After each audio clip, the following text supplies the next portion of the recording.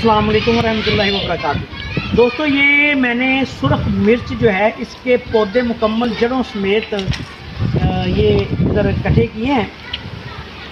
اس کو سکھائیں گے ہم، اور جب یہ بالکل سوکھ جائیں گے پھر ان کو اچھی طرح مٹی سے صاف کر کے ان کو جلائیں گے، جلا کے اس کی راکھ بنائیں گے۔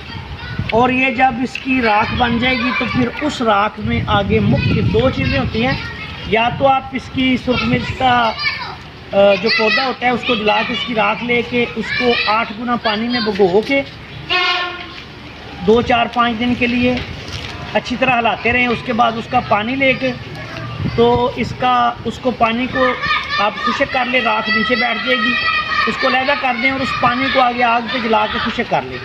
اس سے یہ ہو جاتا ہے کہ یہ جو آپ کو ملے گی چیز پانی خشک ہونے کے بعد نمک کی طرح یہ سرخ مرچ کا نمک ہوگا۔ کئی ادویات میں یہ بھی استعمال ہوتا ہے اور کئی ادویات اس میں بنتی ہیں۔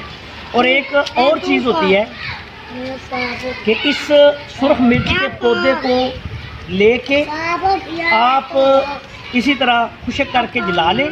جب یہ بالکل جل جائے، راکھ بن جائے، تو اس کے بعد پھر اس کو سنبھال کے رکھ لیں۔ اس میں پھر آگے طب کی کئی ادویات اس راکھ میں پکتی ہیں۔ یہ ایک بہترین قابو ہوتا ہے، اس لیے اگر کسی علاقے میں نے تو یہ خصوصی طور پہ ان کو ادھر کاشت بھی کروایا تھا سرخ مرچ کو، اور اب جب یہ سرخ مرچ اس سے اتار لی گئی ہے، آخر میں یہ پودے جو ہیں آخری مراحل پہ پہنچ گئے اپنی عمر کے، جوانی کے کہہ لیں، تو اس کے بعد پھر ہم نے ان کو کھاڑ کے ادھر رکھ لیا ہے۔ اب ہم ان کا انشاءاللہ تعالیٰ یہ مکمل خشک ہو جائیں گے تو اس کی راکھ بنائیں گے، پھر راکھ کو صاف کریں گے، اور صاف کرنے کے بعد اس میں سے کوشش یہ کریں گے کہ سفید راکھ جو ہے جب یہ جل جاتا ہے تو اس کی 2 قسم کی راکھ ہوتی ہے، ایک سفید ہو جاتی ہے، ایک سیاہی مائل ہو جاتی ہے یا سیاہ ہو جاتی ہے۔